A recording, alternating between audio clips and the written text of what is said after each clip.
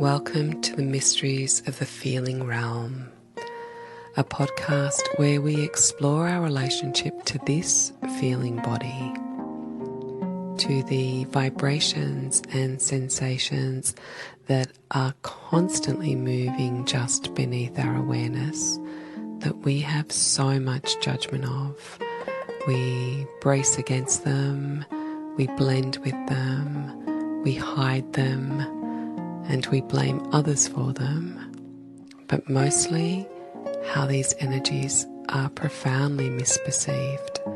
So join us, Cole and Lorella, as we explore what it might feel like to welcome every single drop of your experience in a relaxed and kind and deeply receptive body. So welcome to our third podcast, and today we're going to be looking at how can we really, actually listen to each other. Yeah, good idea. Yeah, we're going to start opening this doorway. I mean, the full response isn't here. It's just a initial exploration of how do we actually listen to the wisdom of the other polarity. Beautiful. You know, because we know our terrain quite well, and there's a way that we actually believe that we know more than the other. What do you think, Cole? Definitely. Thought it was just me. Way more, way more. We're just waiting for you, you know. Same as you guys are waiting for us. Yeah. So we recorded this podcast last week, and so not only are we looking at this thing of how do we listen to each other, what happens when we open up, but we're also going to be looking at something called Judgement Release. And this is actually a map from Cole. It's a mind map, a mind training. And as we go into it in the podcast, I've resisted this for a very long time. And in my recent opening to the other, I'm starting to play with it, and it's been wonderful. So just in between us recording this last week and getting this ready to go out, it's actually been really, it's been a wonderful thing to play with, because I normally play with things so deeply in the body, and I've been really playing with Judgment Release because I fall heavily into guilt and shame. And Judgment Release has been a beautiful and surprising little tool this week, and it's starting to come alive. So I'm just I'm flagging this for the feeler. Nice. When you listen to this podcast and we start going into Judgment Release, it takes a while because it's so much from the thinking mind, but start to open to it. My sense is we're going to be revisiting this, and I'm going to be looking forward to when I can transmit a bit more from a somatic perspective. But it's really worth opening your body to, opening your heart to. There could be something really good in here for us. Nice intro. Anything you want to add, Cole, before we go into us? I'm totally with you. Nothing else to say. Good. Good boy. Oh, you're right. So not. So here we are, we're going to start, and Cole's just going to be continuing on from that initial question of how do we start to listen to each other? Well, for me, it's like how I feel you is that I'm in presence with my feelings. That would be listening from the feeling realm. And then I watch the thoughts and thought patterns, the structures that you come up with. But most of all, I'm constantly present with my feelings.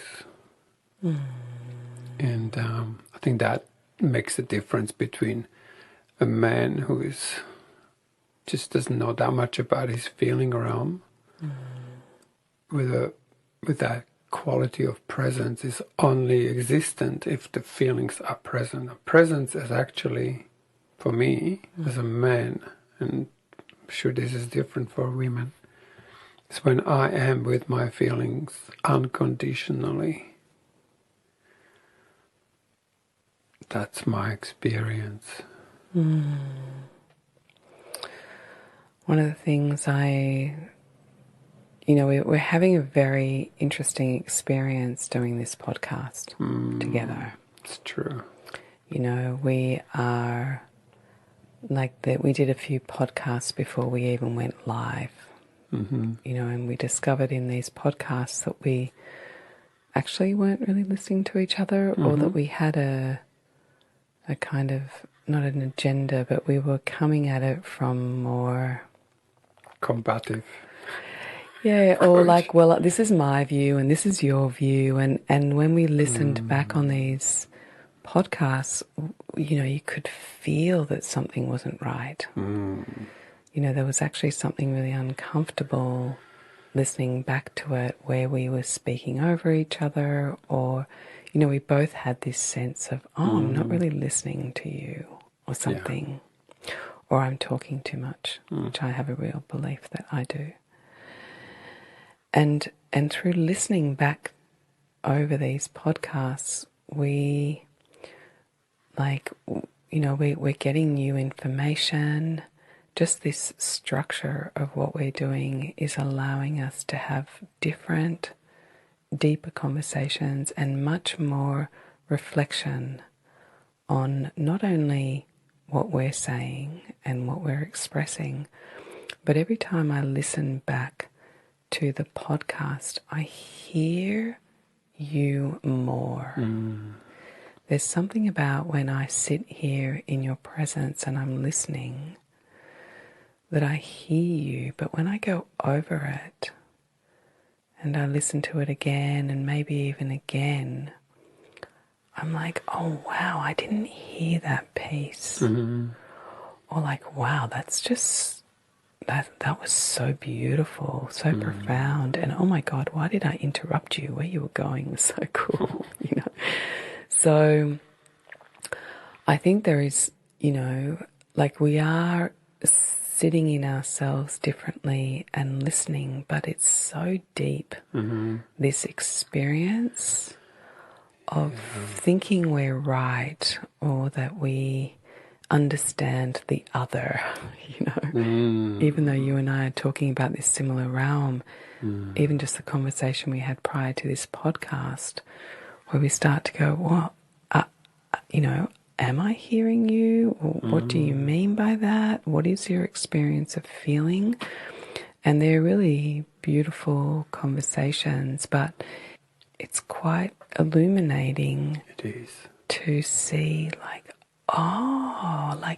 or what happens when we really open to the wisdom of the other dominant kind of energy. Like I'm more feminine because I'm ridiculously overwhelmed in this like strongly drowning feeling body. Right?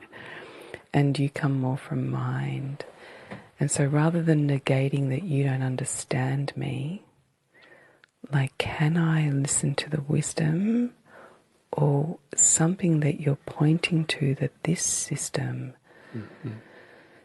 doesn't know, that it might help me because I'm so used to working through my own lens. Yeah, I have this similar experience. I listened to the podcast a few times and I always feel like a brute next to you. You feel so refined and the way you say things. Obviously I have a bit of a language barrier, being non-born English speaking. But I also have this like, wow, how you can catch and how you hear things and how you open it up saying, oh, I think I'm hearing you saying this. And that's just so nurturing in a way for the man to go like, oh, I'm actually being heard as well. And I'm just not proving my point.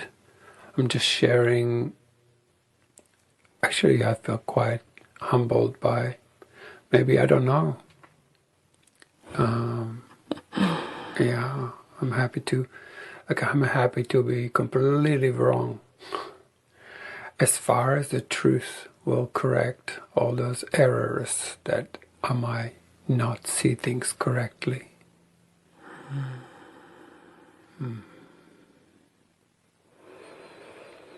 When you say I could be wrong, like everything in my system settles and opens. I feel such a relief to hear you open to that possibility, you know. Yeah. Not that I feel that. I mean, I just really, like, I'm learning so much through listening over and over again, and where, yeah, there's something there I missed, or, you know, you'll bring into all my feeling these kind of refined concepts and structures, or these beautiful mystic insights that really reverberate. It's like this glistening moves through my system and makes sense of all the so much unformed movement in me. But what I want to reflect is that, you know, for the listener, and also to reflect this in you, you so often say to me, please give me reflection. Please tell me where you think I'm missing something, or where I might not understand you. You open this invitation for reflection, and once, like in the first podcast, the unproduced ones that we did, in the first one I felt like I talked over you, and the second one you talked over me, and you know, and I could see that we were both doing the same thing, and I had such a nervousness to tell you. And I really didn't want you to feel bad. I didn't want you to get defensive.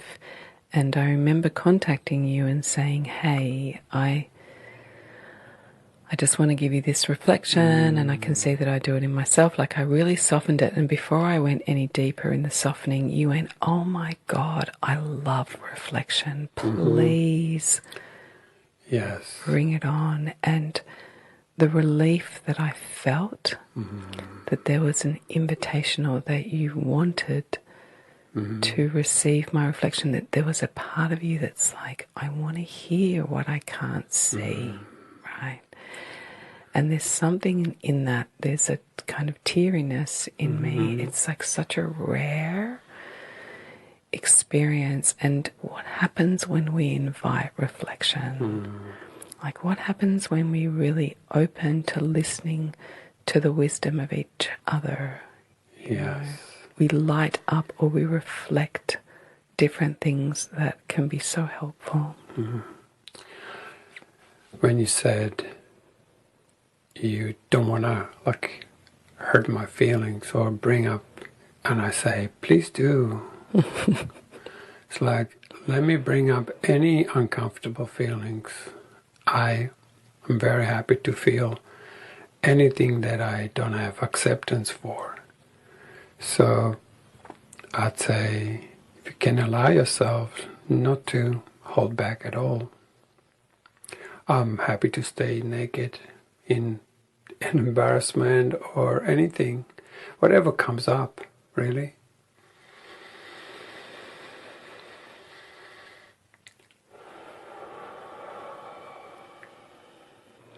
It's like I was letting what you said land in my system.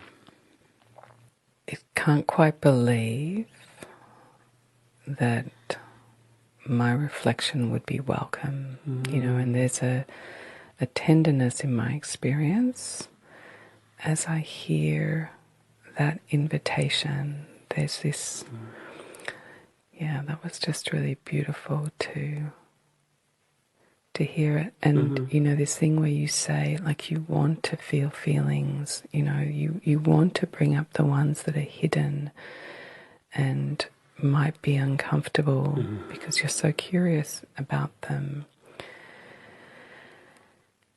And there is something about when we learn to welcome feelings, when we learn to realize that they're not these evil things that are ruining our lives, that we do want to meet them, we do want to feel with them, like we want to follow them, like they are our guides. Yeah.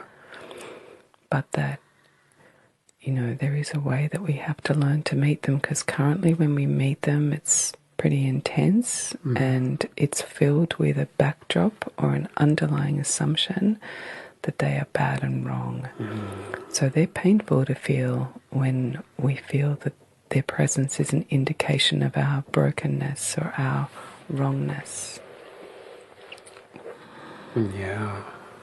Well, I wanted to bring up this, like, what is the value of feelings, and like, how do they, what did all these 30 years of really diving into the feeling realm from many different perspectives, how did they enrich my life? Yeah.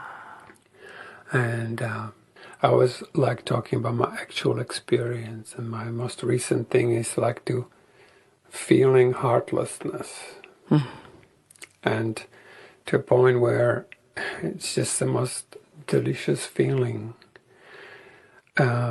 which before was the most scariest thing. I could even, when I saw the word heartlessness, I was like, oh God, I don't want to know about this. And then inviting it fully and allowing every aspect of it to be set free, it just turned out to be the most heart feeling with love expression, if fully allowed, not denied, not made hidden, but accepted to the max. It's like heartlessness. Speak to me, and that I allow myself to allow it. Same as with, let's say, guilt, can find an absolute pleasure allowing a full guilt feeling that's no longer defending itself. It's like, yeah, I am guilty. I have tons of it. Tons and tons of guilt. Here it is. God, look, here it is. And I feel energetically in my body that it's like a open flower that just goes, and from an ugly thing that turned into a most fragrant expression of creation, I'd say. Yeah. So that's just a summary of my last few days. Yeah. When you talk about heartlessness and meeting guilt, like, you know, there is this thing where I know, because we do very similar things, that we're not going into the thoughts of heartlessness. We're not going into the emotion of heartlessness. Yeah. Like, we're dropping down from, okay, here is this feeling I don't want to feel. And then we make space for it and we stay with it vibrationally. We stay with the sensations underneath it. Then these feelings, as they move, it actually doesn't matter what we feel. It doesn't matter whether it's guilt or shame or worthlessness or jealousy or rage or self-doubt. Yeah. When we drop down from the story and we make space for the vibration that is animating it, that is underneath, and we make space for it and we don't put labels on it and we don't stay close to story, then it's an incredibly different experience, and we're being with energies that we normally don't allow ourselves to feel, or we become them, or we're blocking them. And so I just think that that distinction between what is feeling and emotion, you know, as we go into this terrain, which I really like where you're going, like what is the benefit of feeling? Why would you want to feel feelings? Like what happens when you dedicate your life to befriending feelings?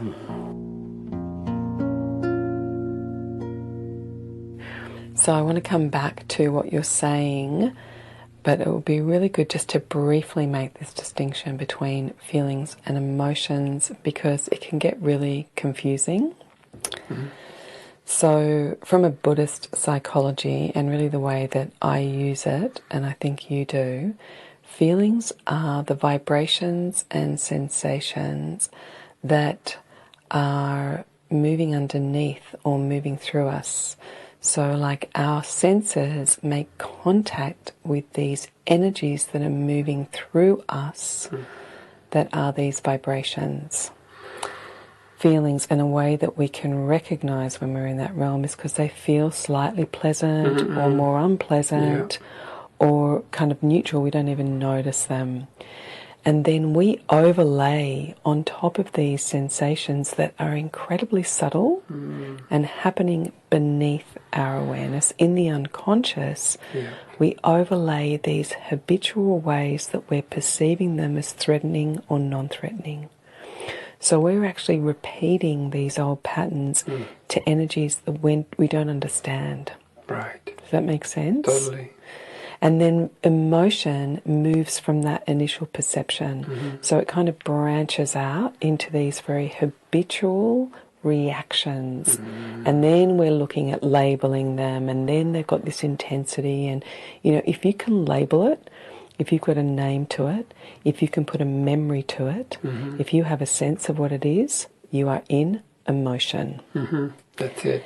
And the feeling are the vibrations that are animating underneath. So they're kind of like more the root experience, and we don't even know they're happening. And without kind of connecting to that layer of experience, we are habitually recreating our reactions and our perception of what we think we're meeting. Yeah, the way I see it is that when a thought rejected feeling in a primordial field, it found itself a replacement for feelings and made these false similarities called emotions. Right. Emotions are more like substitute for feelings, but they substitute and they're no longer real, because just like you said, they're based on past, they're based on something that's already not original. So you're not creating right now, you're going by memory, by imprints, by... Yeah. So you're reacting rather than truly responding. Yeah. That's just how I see it. Yeah, I mean, it resonates. I think there's something about when you're in the emotional field, there's just a solidity to your experience. When you're in the feeling realm and you're meeting these energies and sensations, for starters, you don't know what it is. You can't put a label on it because it's more vibrational. And there's a sense of interconnectedness, and there's a sense of vibration that is really alive. Whereas in emotions, just actually, even though there's an intensity to it, there's such a solidity and a sense of separateness and a... Punitive. There's an attack there. Towards self or other. Defensive. Yeah. Beautiful. Yeah, so let's get back to you.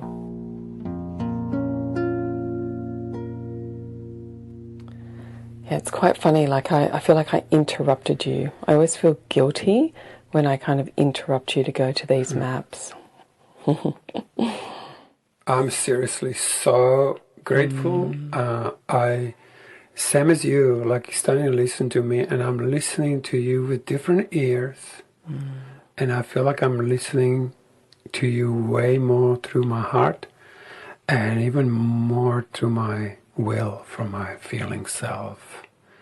So I'm so over the moon, actually, with everything that you bring into my existence, and I can see how it's deeply affecting my daily life.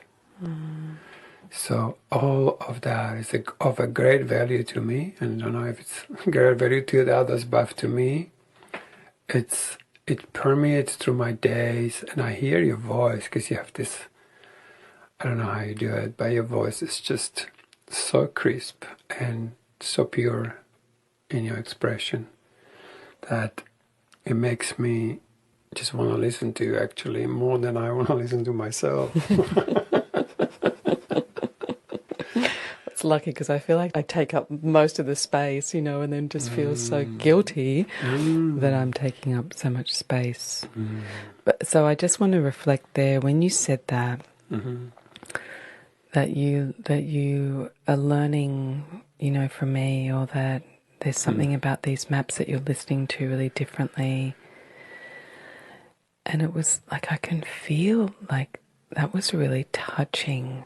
Of course. And I also understand that the feelings have been virtually murdered so many times that when you actually begin to open up and be received to whatever capacity I'm capable hearing you, and I don't think there is an end to refining those receptive centers in me that could be unconditionally present for feeling or for the feminine, because for me feminine is the next manifestation from the feeling realm,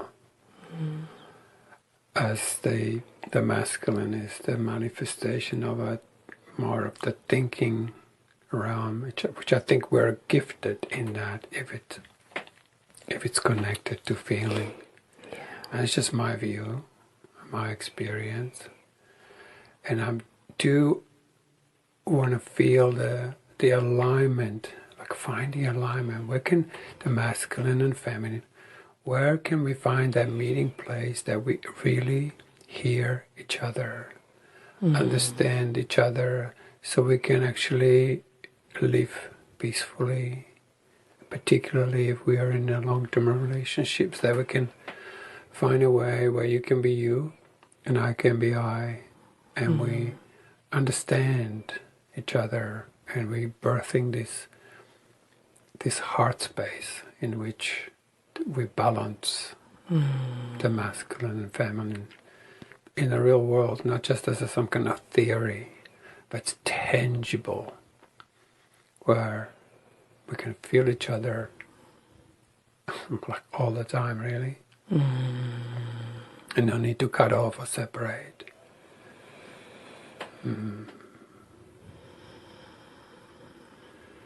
So if you were talking about a gift, this was an enormous gift for me to realize that without feeling, I'm deaf and blind and dumb. And that they are the intelligence, and I really believe that the feminine is the awakener of masculine. And when the masculine awakens, it becomes present in a way that has not been experienced yet. But that's my mystic talking there. Yeah. Your mystic's good.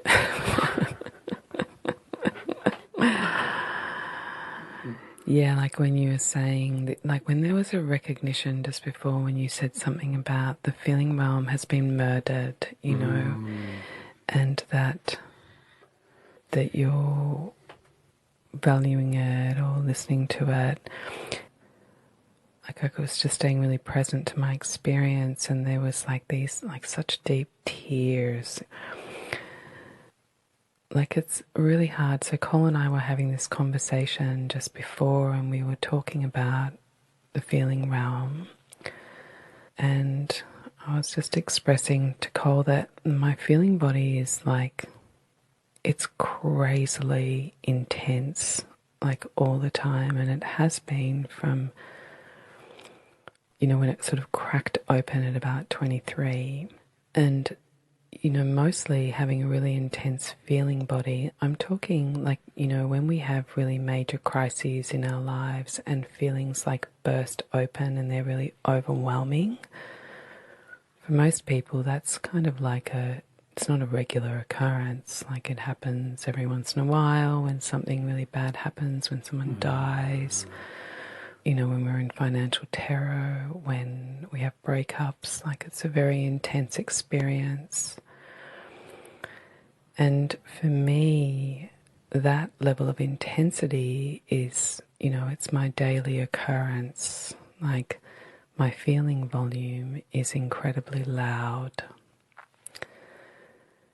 And we live in a culture that says that if there is feeling volume at that level, then there is something fundamentally wrong with you and fundamentally broken, or that it's the presence of trauma or a disorder.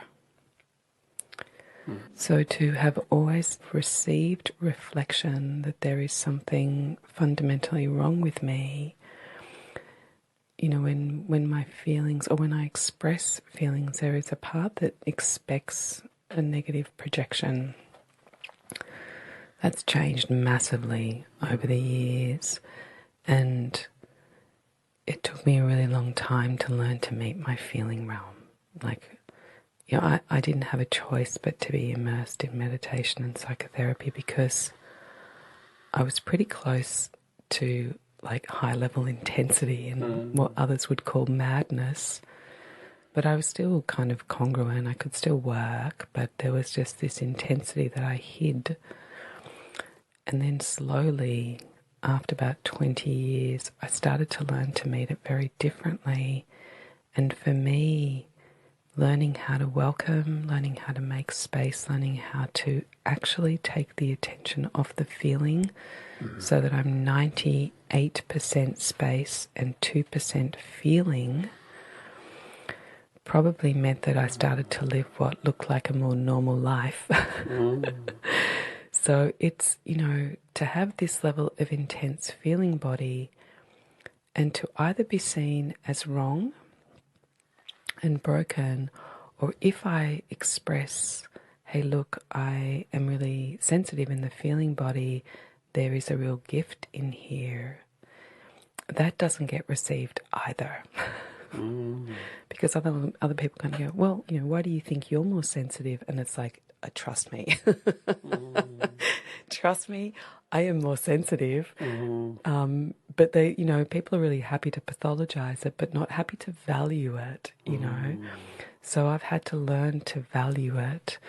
But it's been a really intense journey, but I am so grateful to have this feeling body. And if it wasn't for the maps of the masculine, if it wasn't for the maps, therapy and meditation don't work down here, but I needed it initially. I needed it because I was swimming and drowning in the feeling body that I was just in chaos. It took me a really long time to make sense of my experience and to make connections and to settle this and soothe this body. And then I had to learn how to meet it very differently, because if I stayed within those structures, the medicine became a disease. Like I couldn't deepen, I couldn't learn to meet it in the subtlety that it was. And as I speak, this incredible sense of I have taken up too much time just is kind of flooding through my system. This is where the masculine would say, well, that comes from the realm of judgment. Saying a line that says I shouldn't, basically guilt speaking. Saying, although it feels like a feeling because it's a guilt-based sentence. And I love that word sentence, by the way, because it's whatever we believe in, or whatever I believe in, it's either going to take me to greater heights of living, or it's going to sentence me to 20 years of believing a thought that's just complete limitation that I picked up somewhere, and it becomes a prison. That's why I'm so big on judgment release and questioning the truth of what that judgment is. I mean, is that really true? I love listening to you. So for me, it's I don't judge it.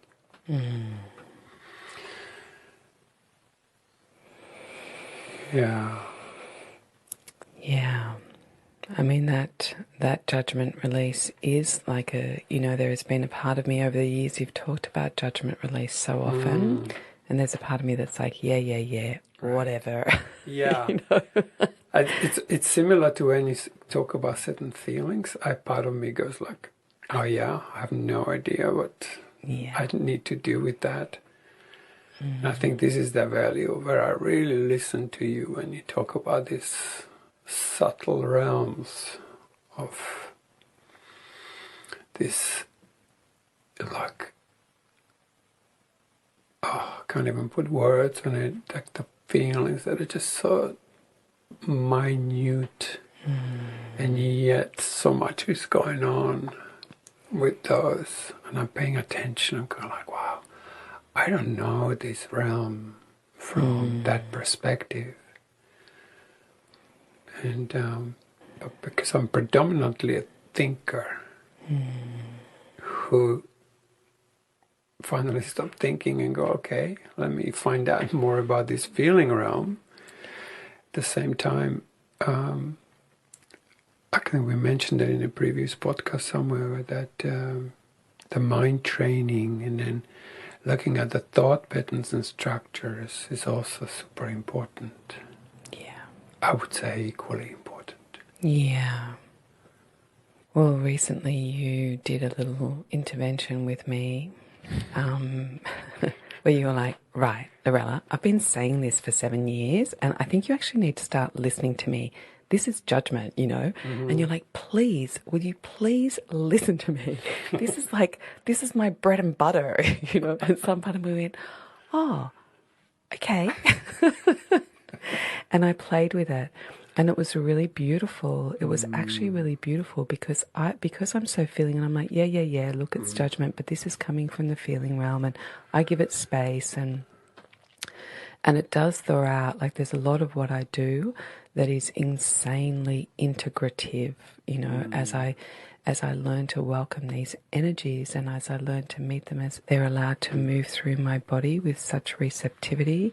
There is so much insight. So I know that there is these ways that I've learned to meet the feeling realm have been hugely beneficial.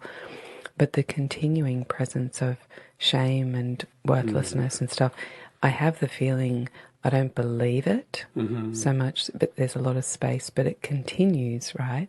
And when we were working together with it, where you were like, just play with this, just play with these sentences, which is... You tell I me. release the judgment that I'm bad because I have, but then you have to apply your thinking, not your feelings right there. So if I say I release the judgment that I'm bad because then you say talk too much. I'm so starting to love this process, because I so work everything in the body, and I've been playing with it, and it's quite powerful. Like when I start to say, I release the judgment That I'm bad. That I'm bad because I talk too much. And then that's just the beginning. And then you have to release the judgment that you talking too much is wrong. Because somewhere in you, there is an energy that goes, I shouldn't be like this. I shouldn't be talking too much because I'm taking up too much space, whatever the thing is. But that in itself releases the unseen, the judgment of the judgment. Yes. And that applies also to others. Like, there is the judgment that so-and-so is bad because they talk too much. And I release the judgment that them talking too much is wrong. because it's part of their learning experience, and they are learning what it's like to live life when they talk too much. And they get the result of that decision. To follow that. So I, again, just slowing you down, because for the feelers out there, right, you know, there is something here that I spotted really instantly when we first met, that I would be saying something and you'd go, wow, you don't like that feeling. Oh my God, you really don't like that feeling. And you were picking up on a layer of experience that of my, 30 kind of years in meditation and somatic psychotherapy and being a therapist, right? Like, you were picking up this layer of experience. I'm like, oh, how the hell are you noticing that? Right? There was something new in what you were reflecting, and it was such a great gift to me. It's become like a really core piece of my navigation of the feeling realm, because when I'm working with people and they come with their story and they come with their emotions, and what I'm looking for, I'm not even listening to story. yeah. And I'm not listening to the intensity of the emotion. What I'm looking for is what feelings they do not like, right? So that was a beautiful gift from you that my system just drank in. And then I rejected your, judgment release process for a long time. 7 years, only 7 years. Yeah. And then I started it because we're being more open with each other, or we're listening, like we've kind of decided to listen to each other, which has been phenomenal. And so I've been playing with judgment release. So for the feelers out there, this is really powerful. But when I say I release the judgment that I'm bad because I talk too much, right? And I feel into that. If I feel into I release the judgment that I'm bad because I talk too much. What happens in my body is I give space for all those little parts that believe that, and something in them hears it. Hears me saying, I release the judgment that you're bad, right? I know this sounds a bit weird to talk about them as little beings, but I say this and I say it and I say it, and I can feel something release. I can feel something release in my system, and there's even humor because it's it becomes like, how crazy. But the way that I receive that is with this negative attack on myself, rather than, oh wow, there's a way that it talks and it's not listening. It's like I don't have that sweetness with it, or this kind of like listening to what it might be communicating or what is here. The judgment of it is so the mechanism that creates the pain of the experience. Yeah, that's the whip, It is the whip on top of the experience. Yeah. And I'm so grateful. Like, I haven't learned that in any other tradition. And that's what I really like about your wildly esoteric traditions, is they bring things that I haven't heard before, and they open new little gateways. Yeah. And just to bring in something that's very useful, like when a judgment is internalized, when you're just saying it into yourself without speaking it out, it has an imprintive quality. It kind of imprints onto the body and imprints onto the feeling and onto the mind, right? But there is an amazing thing when we actually formally release them. So let's say you say, I'm talking too much.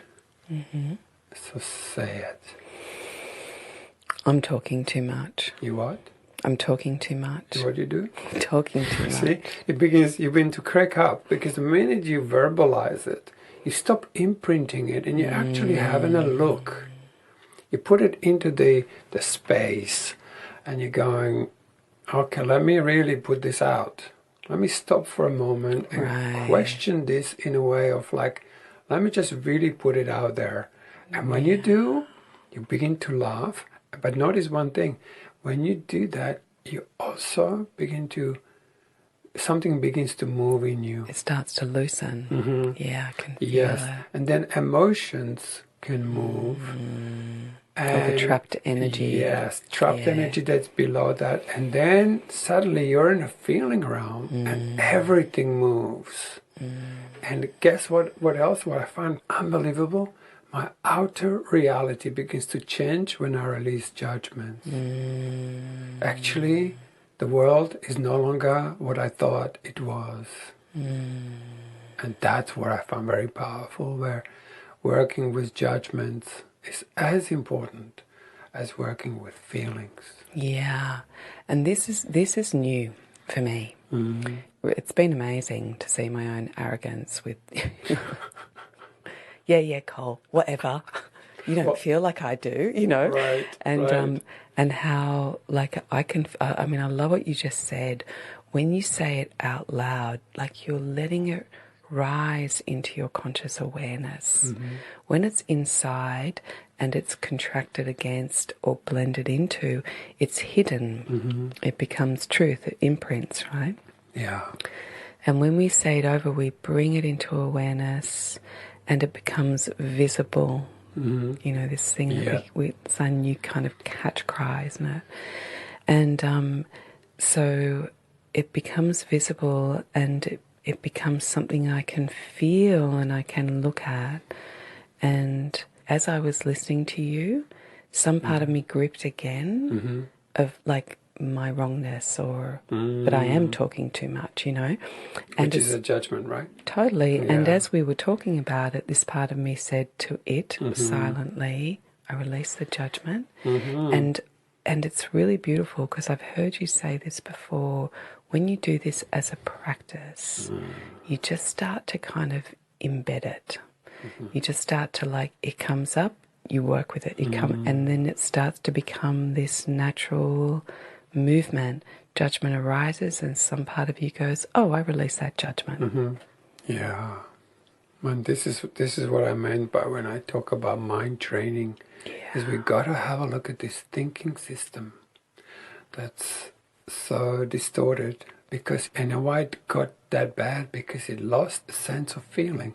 The feeling is a guiding light. And when the mind becomes detached from feelings, it becomes its own authority. You know, it's the Herod. It's that which kills everything in us, and it becomes right, and it becomes dominant and faultless. It becomes a law.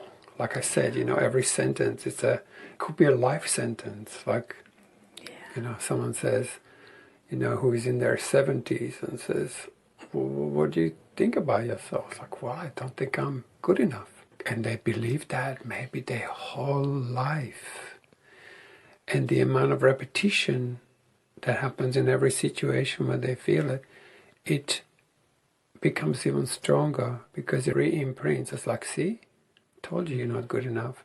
And they carry this judgment their whole life and actually are imprisoned. Yes. For that long of time, thinking they're free, but actually imprisoned by their own thought system. Yeah. And, you know, bringing it back to what you said before, we have to release the judgment from the mind, top down, and from the feeling, bottom up. Yeah. Because if you just work with a feeler who feels this intensely and you just repeat this, the feeling, the intensity of the feeling just goes, yeah, fuck off. Like as if, you know, like that ain't true because I have this feeling that says I'm bad. So when there is that level of volume in the feeling body, like, you know, now that there is space in my feeling body, now that I am welcoming feelings, when you bring in this piece for me, then judgment release is actually effective. I can feel it. But if I'd only worked with judgment release when my feeling body was out of control, it really wouldn't have touched the sides. because I needed to learn how to bring that volume down so it wasn't pulling me into it. Well, I think because the thought has been so detached from feelings, and if we look at the world, really, this the feeling realm is like a burden. It's not 100%. something that it's seen as the most important thing in life, right? No, it's seen as the root of all evil. Yeah, exactly. Really. That's so beautiful what you're saying. And so what happened from then on, thought became affected. Like it's like a disease, like it doesn't, we're not thinking correctly. Beautiful. So I begin to work with releasing judgments on a big scale. Yeah, right. Like nice. massive scale. Because everything I built, my whole kingdom that I built, was based on thinking without feelings. Yeah. So when I came to a point when I said, okay, well, I'm going to release all those judgments that I've built without this feeling realm and just got to start again.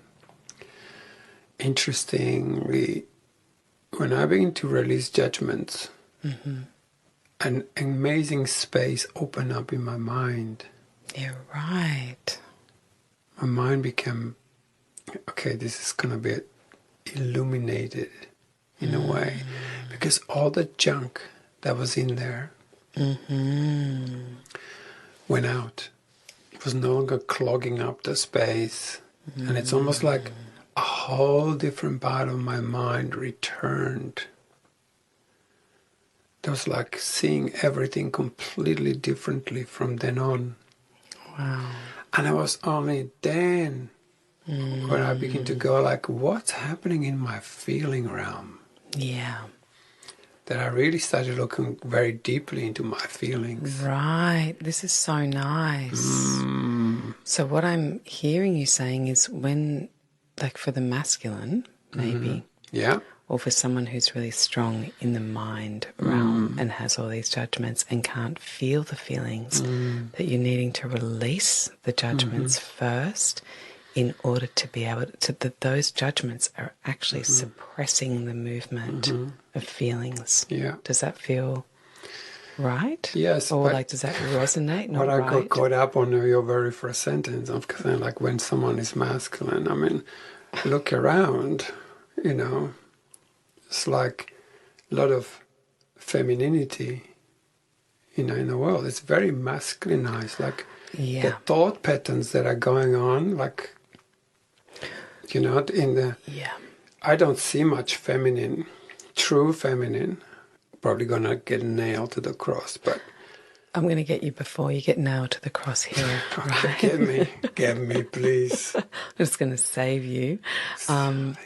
So, this masculine, feminine is not male, female, or patriarchy, or, my sense is we are in a massively masculine tilted consciousness. Bingo. Yeah.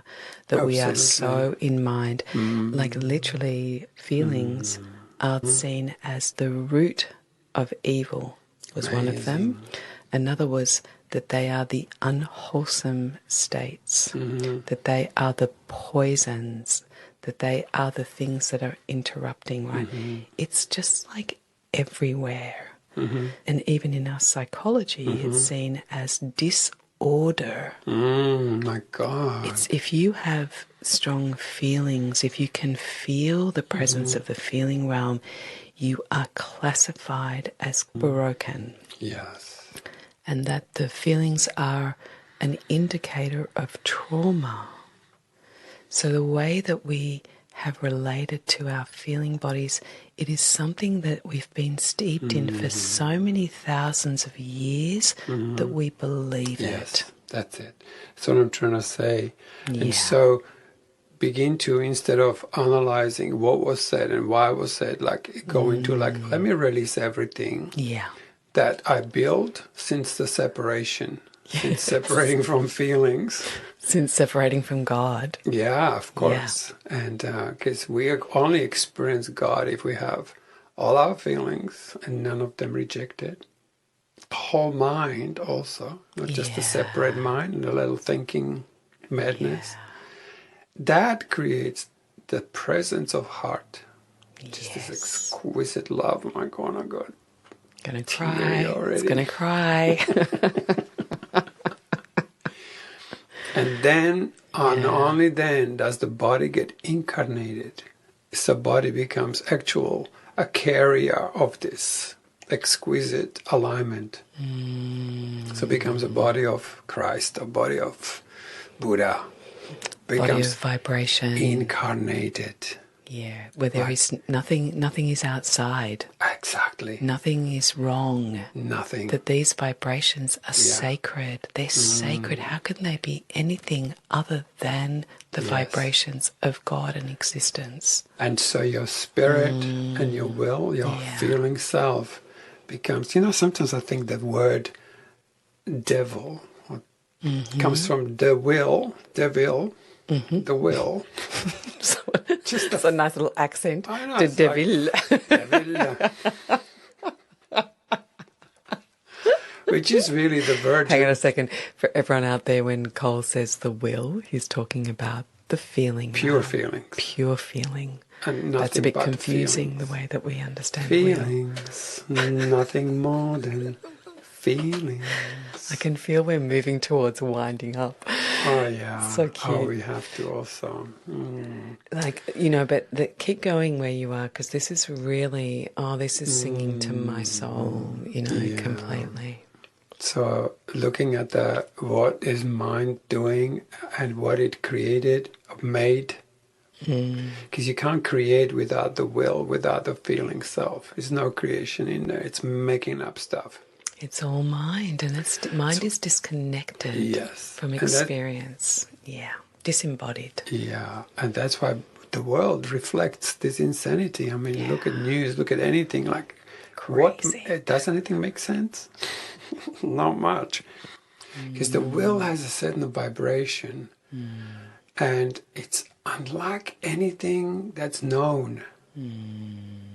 Like the real core of the will is just like having a God experience, having an experience of wholeness, which we sometimes could experience when we numb out the mind with some drugs or, take some substances where cut out the mind and suddenly you're back into your normal expression. Yeah?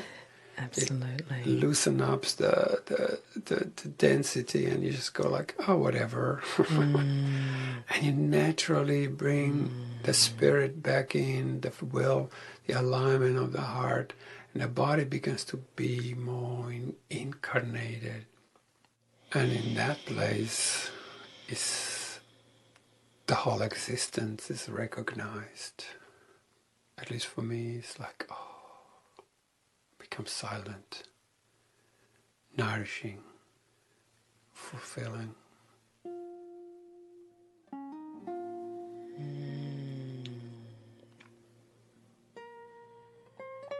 Well, that feels like a beautiful place to complete.